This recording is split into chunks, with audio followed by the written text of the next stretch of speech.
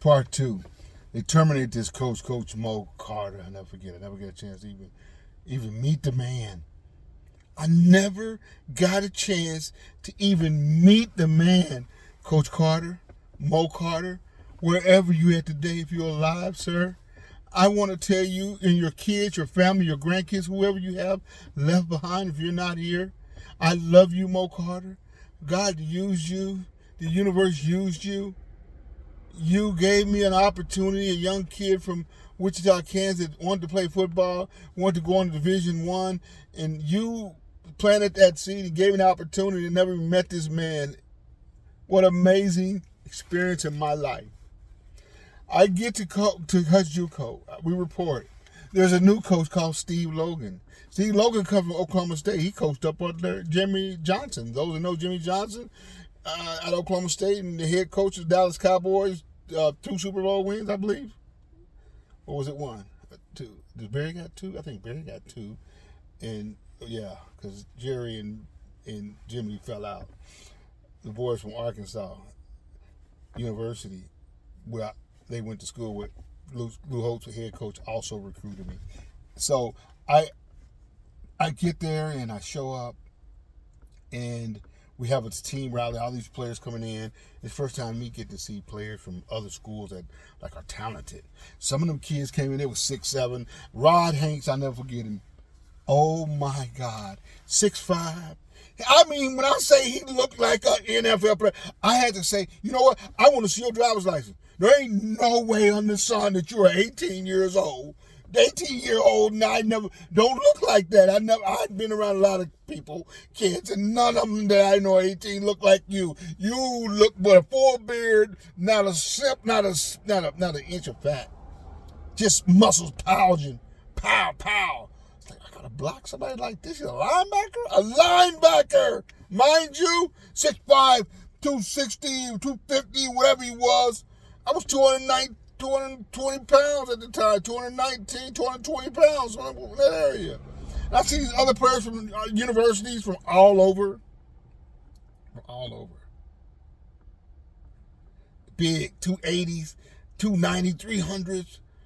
Hurricanes hit a nose tackle down that was 300 pounds, 5'10". Couldn't move him, couldn't budge him. We called him Beef. Here comes the Beef. Where's the Beef? Arnie Milton, the Beef.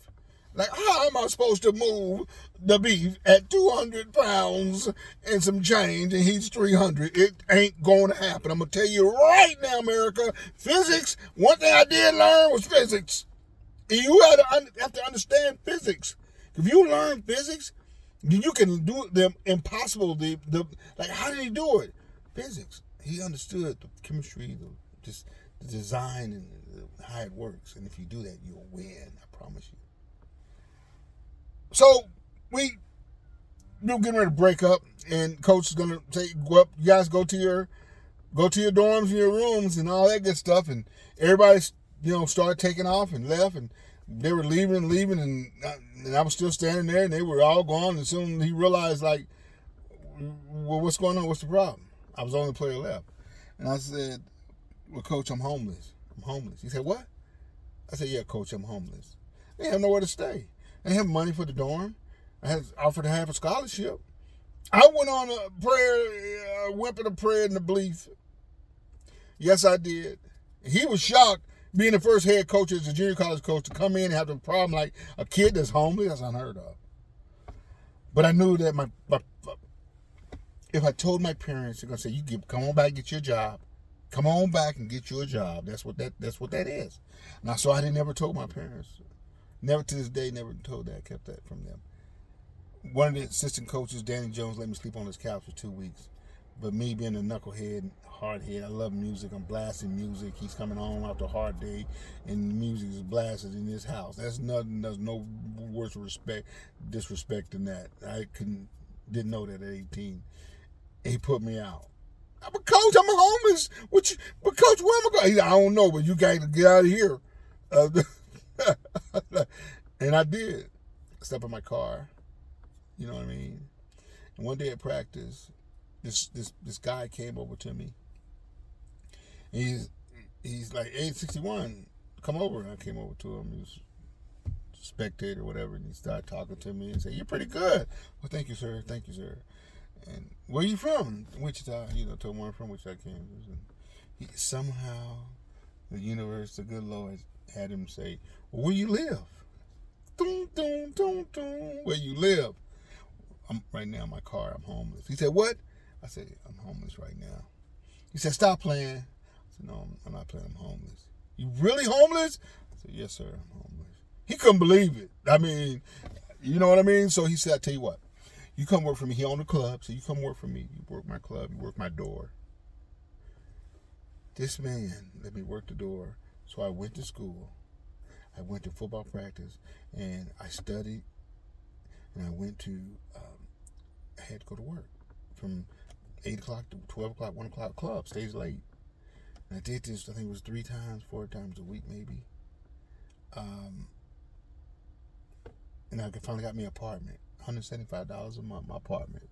It was so small, you open the front door up and you trip and the back door to hit you, the back door handle to hit you. I mean, when I say small, I never seen an apartment. I never seen, that wasn't even a studio. I mean, the kitchen, the living room, and the bathroom was all in just right here, like right here. Just like right here, you can't turn no corners. Wasn't no turn no corners. Oh no, with no privacy, none of that. Oh yeah, you couple company come over.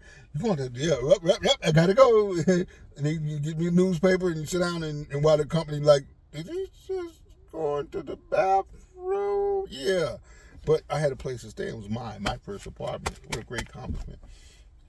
Went to school. Went to practice, gave 100%, and went at night, worked. And this guy took care of me. He went pheasant hunting. He brought me pheasant. I love you. I think his name is Jim. I don't remember. God forgive me. I should never forget his name. This man saved my life. He gave me a chance to stay in school. A black kid. This white guy, big old burly beard white guy, wherever you at. I get emotional because this is a real story. I love him. I mean that sincerely. He gave me a chance to go to school and learn and become a better football player. Freshman year, the coach came to me. See, you got to be coachable. Because the coach came to me in the beginning of the season in 2 days, and he said, "You're going to be a tackle." And I said, "No, coach, I'm not. I'm a tight end. Coach Mo is a tight end." First mistake. I wasn't obedient. I wasn't coachable. And he said, "Okay, well, you be a tight end, but you'll never get a player down for me." And he cursed and he walked off. I didn't think none of it. I figured I'm like I was cocky in high school. I'm gonna get through this. I was 6th, 7th string. I held the dummies, but I was the best dummies, and on practice squad I was a menace. And he sat back there with the mirror glasses, and I know he had to see, like, this kid here is a menace. He's giving us problems all the time. And this went on. I knew I was good enough to play.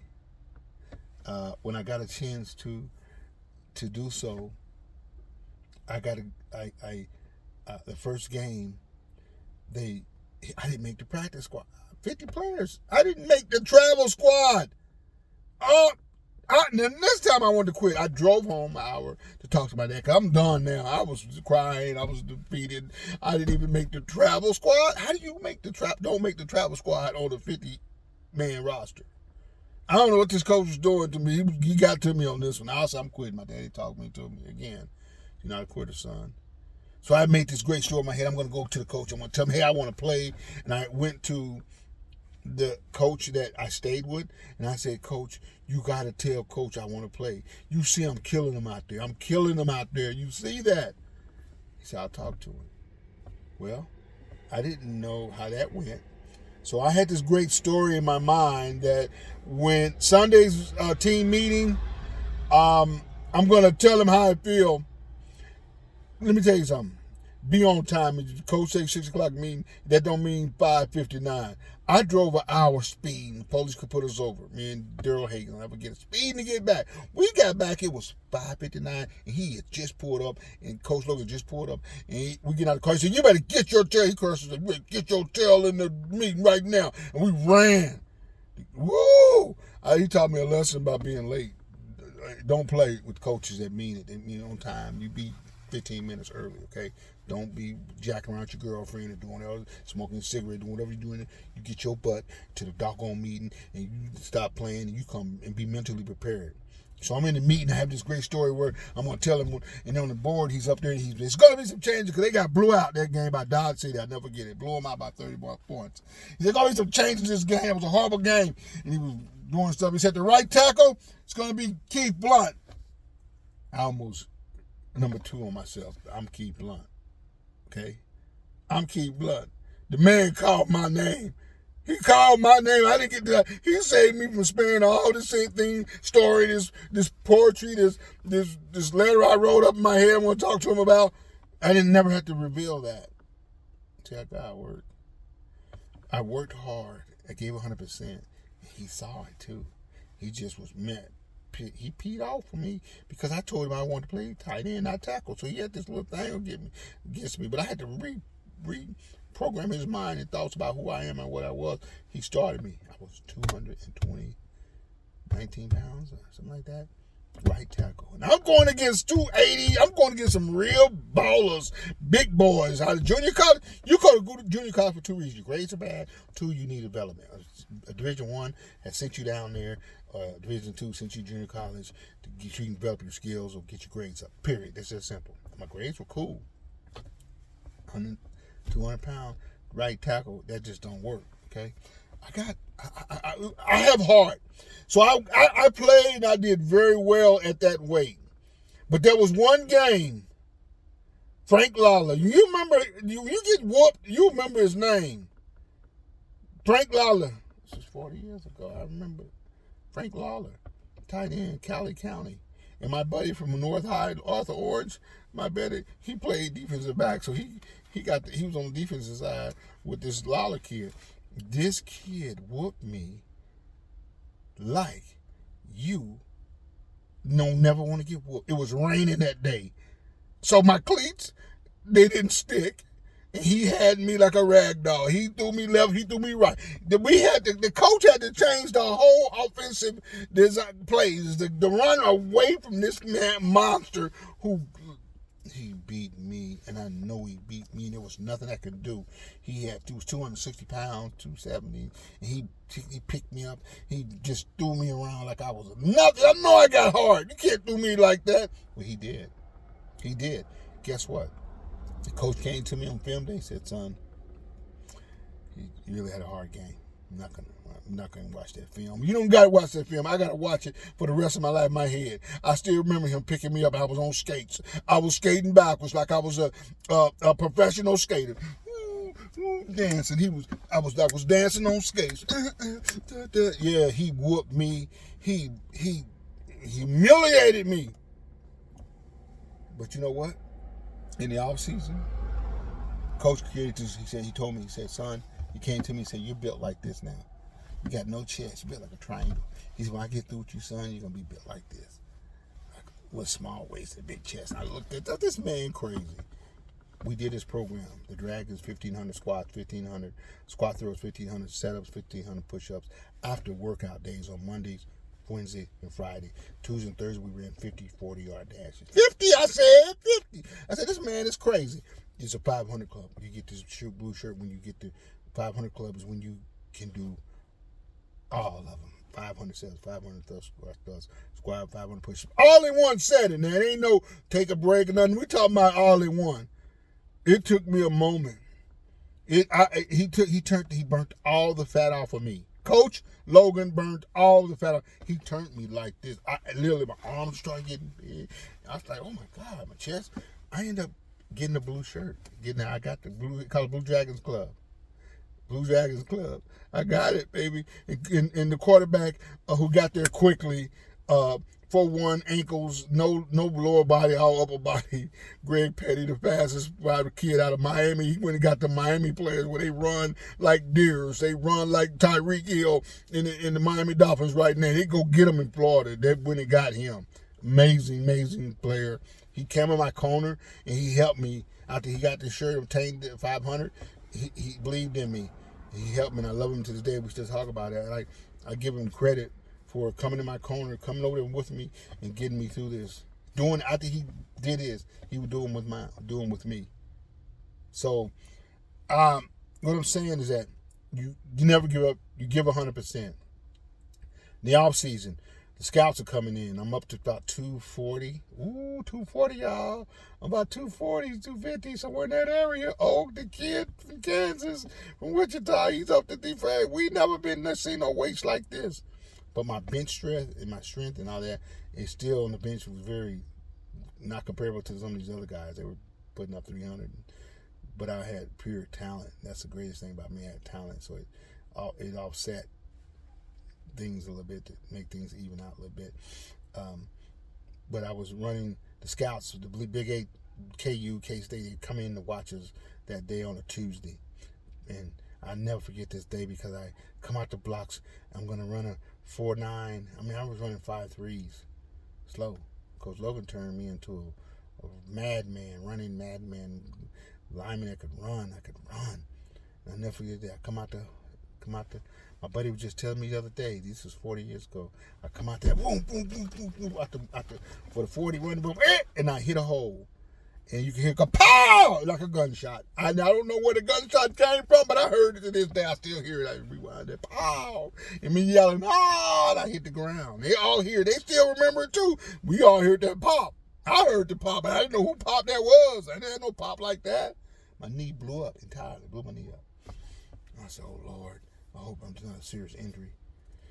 It was big, about this big, knee about that big, but my whole leg was about that big. I told Coach, he would send me to the locker room to train, put ice on it. And he said, Blunt, you're the starting right tackle next year. We need you. Okay, Coach, so we wrap this bad boy. We wrapped it up.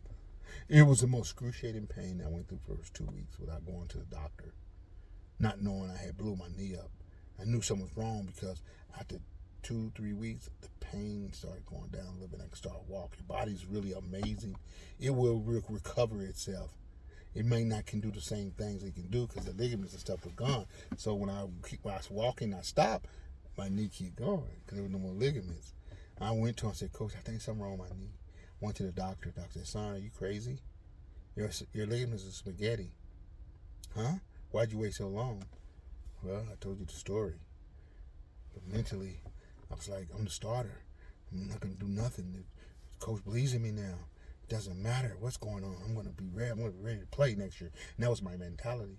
Well, I had to get knee surgery. Yeah, so they put me out. Used my redshirt year, my freshman year. Yeah.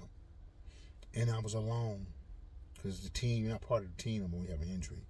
You're a sidekick. You're just a guy hanging around. You're useless, baby. Useless. Nothing you can do to help the team entirely. No matter how good you are, Tom Brady, blown up knee, whatever, can't help the team as great as he is. So I get the knee repaired.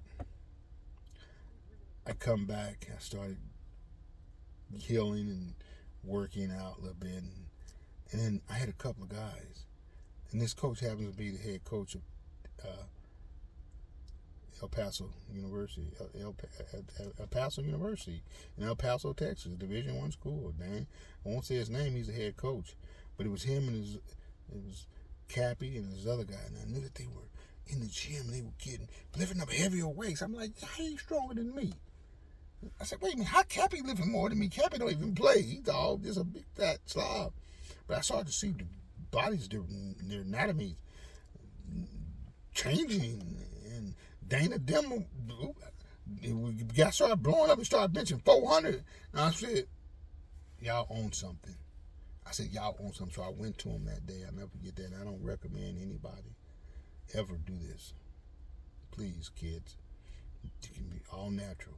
And I went to these players and I said, I'm going to tell Coach if you don't give me some of that, what you got. And this is how this went down. I said, I know y'all own something. I'm going to go tell them y'all own something. And that scared them.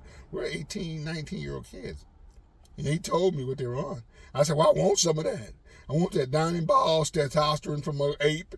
Ape hormones. You know what gorilla hormones, the strength of a gorilla? I started taking it. My kids, my daughter's, she was an RN, so she, medical. I had a medical nurse, so she was shooting me in the butt, give me them butt shots and stuff. Out there, the butt shots, I started blowing up. My pants started going up. The beef. The beef from Florida, he said, "You on something?" Cause no, I ain't on nothing. I ain't on nothing. I ain't on nothing. He saw me lift that weight in the gym. He knew that I was gonna wear that. I wasn't that strong. He said, "You on something?" He had lost weight. And then I got to about 280. Oh, 280. I became an animal. I became a monster with 4.9 speed. I'm getting excited now because the game of football requires that you be physically intact to play the game and line up every doggone play. Line up whether your fingers is broke, you got a broke hand, your wrist is cracked, whatever it is, you got to go. You see my eyeballs, y'all? You got to go, and it's a real story. You got to go. So I came back that year, and I destroyed. And along the way, I thought about that player that destroyed me my freshman year, and I knew that I was going to get him. And there was also a player the first year that played in the NFL. He came back for the alumni game. He was 6'5", 6'6", played in the NFL, and he destroyed. He destroyed everybody. He went through the first, second, thing that I didn't play. I mean, remember I was on the bench. I was 7th string. He put me in there. He went through me. He went through me like he went through them. This dude, well, I'm gonna get his name, but he was an NFL defensive lineman, and he brought the pain. Okay, and so when I came back, I was 280. I had him, the NFL player, and I had Frank Lala in my mind. I'm going to destroy them at 280. I feel like I could destroy anything. I didn't get the chance to. Actually, I did get to play against the NFL player in the next season. I tore him up. I wore him out. I didn't get a chance to play against Frank Lala because I blew my knee up. The next year he was a senior, so he was gone. He was gone that year that I blew my knee up that set out. So I didn't get a chance to wear him out, but I was going to break you in half. If you ever see this video, I won't break you off on everything I love on life. If you knew the training that I put in, I'm going to wear you out. I was 280. Became a monster. I became a nasty monster. I became the most dirtiest player in the league. The coaches were talking about me. I was played to the whistle start, with the whistle ball snap, and the whistle in. I didn't care. I played sideline to sideline, and I was an animal. I was noted as one of the dirtiest players in the league, and I did some things that I never thought I would ever do. Number one, but when you want to win at all costs. You will take gambles, and you'll take gambles that you never thought you would. Yeah. So I happened to watch that year. First round pick for the Boston Celtics. You can Google him. Lynn Byers. He OD'd on cocaine. And I so happened to watch the story on him the night before the draft. He'd already been selected. All he had to do was get up the next morning, and he was going to be an instant millionaire. He OD'd that night. But what got me was the clips they showed on how he was dunking out of Maryland and how he was his intensity, and I knew it had to be the cocaine. That's an enhancement drug like steroids was. I said, I want some of that. I'm willing to win at all costs.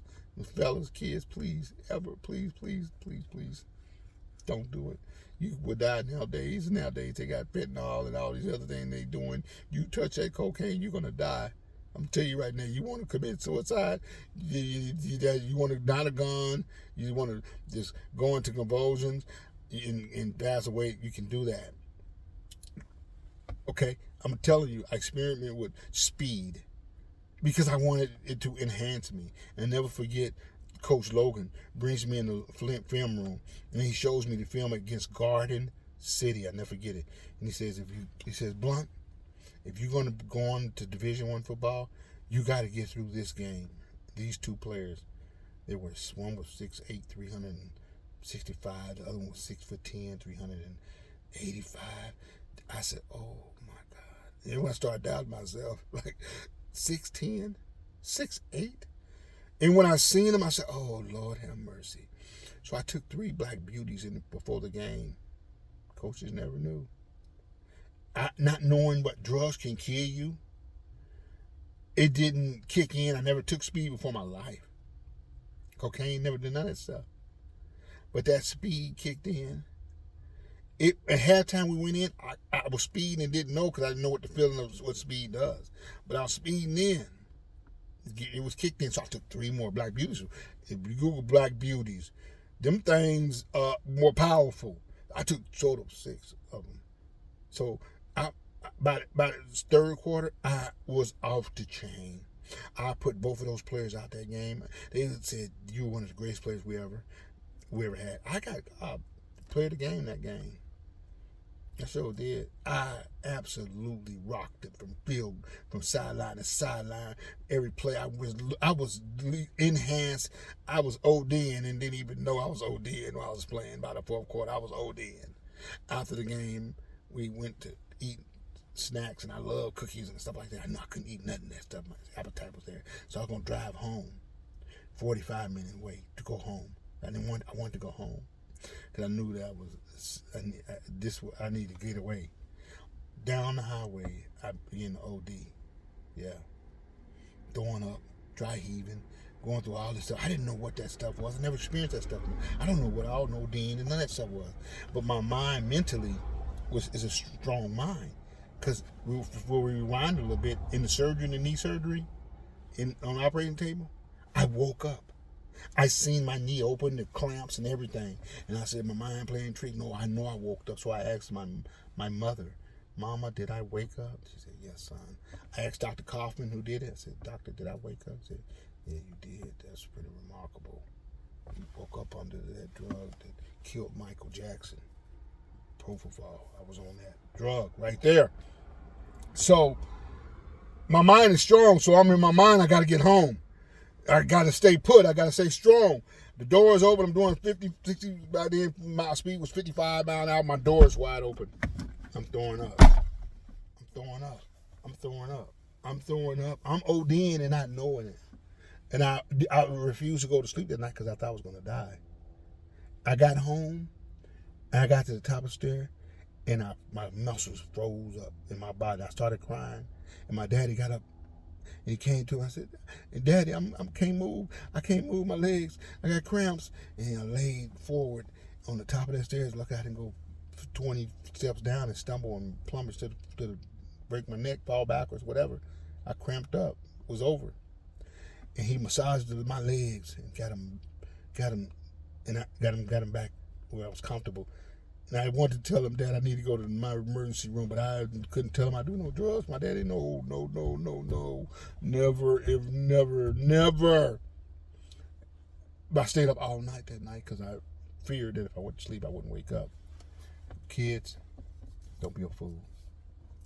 Do not undertake in anything that I've said today. I'm telling you, don't do it. Today is a different time, and people are for profit, not pleasure, and make sure people have right pleasure. They're about the money, so you take some poison, it's gonna kill you. You might not get the opportunity to tell your story like I am. So I went on to become a first team all conference, voted by the coaches, player of the year, offensive player of the year that year, recruited by some of the greatest coaches. Coach Aarons, the head coach at Temple University. I want to say thank you for flying me into Temple University. If y'all don't know who Coach Aarons is, you might want to Google him. He went on to coach Tom Brady with the Tampa Bay, became a Tampa Bay Super Bowl champion, Super Bowl winner just a few years back. He recruited me out of junior college. He felt that I was the one to come right in to replace John Reinster. Look up he was a first round pick to the Steelers, multi-million-dollar guy. They brought me in to take his place. Did I tell you something? I got to meet Dr. J. Even Dr. J, when I told him at the hotel, I'm at the rehearsal, he was like, oh my God, so they must really want you. I got to meet Mike Smith, the greatest. I didn't get to meet Mike Smith. I got to go to his locker room in Phillies in the offseason. He was gone in his locker, set his locker, and had to put his glove on. I wanted to steal his glove, but I said that wouldn't be right. It's like somebody taking my cleats. He needs this. He's used to this. His glove. It fits him. That's a no-no.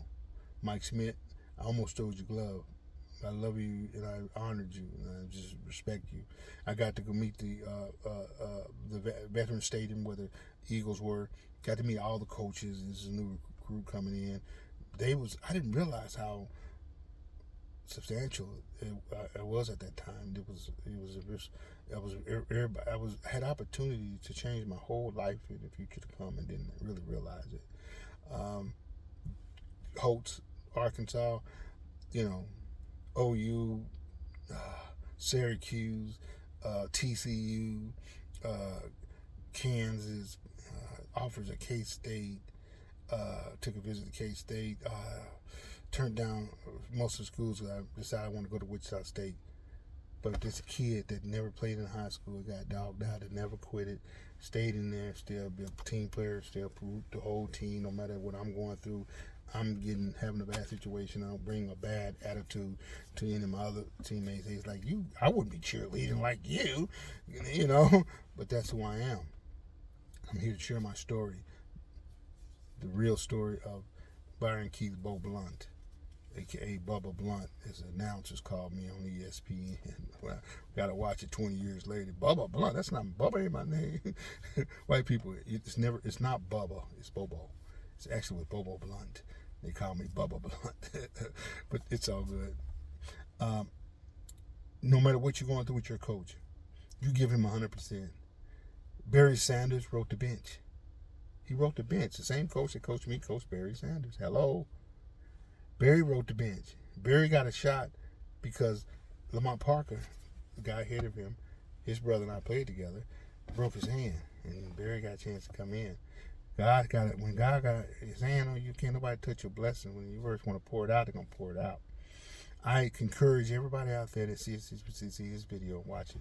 No matter what you're going through, you turn up. I became a workout madman. I worked out. I was under that enhancement drug, and I just became an animal and knocked anybody out, ran over you. I didn't care. I love contact.